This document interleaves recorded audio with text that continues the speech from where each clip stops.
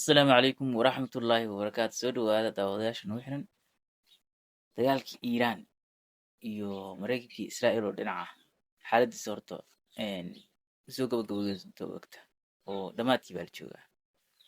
Mareykanka ayaa xalay la xiriiray Ingiriiska, maxaa la leeyahay Faransiiska iyo Ruushka iyo Chinaha si ay uga qayb qaataan dagaalka la joojiyo. Isla xalay Iiraan waxay sheegtay inay isticmaalayso gantaalada ay ugu yiryihiin hal tan ayagoo ka hor joojin doonto. Gantaaladadan ay u ridi doonto si tira beel ah. Xalay waa ka dhawaysay 6 saac maray ahayd waa ilaa adu galabta xoolo laguma tuurin. Waa beerka iyagana laga asay. Gantaalada halka tan ahaa waaweyn ayaa lagu garaaca. Mareykanka Israa'iil ayaguna isla xalaydii hore ayay bilaabay inay garaacaan. Iyaguna waxaan intaa ka yaray bay bilaabay inay garaacaan oo gantaaladii waaweyn ayaguna isticmaalaan. Marka Trump weli wuu hanjabayaa. Dagaalku weli wuu socdaa. Iiraan waxay leedahay weli annaga dagaalka go'aaminayn xilligu istaagay. wixii warar oo dheeri halkan ay kala socodsiin doonaa. Shidaalkii hadalkii Mareykanka ka soo baxay daraadii xoogaa ayuu hoos u dhacay.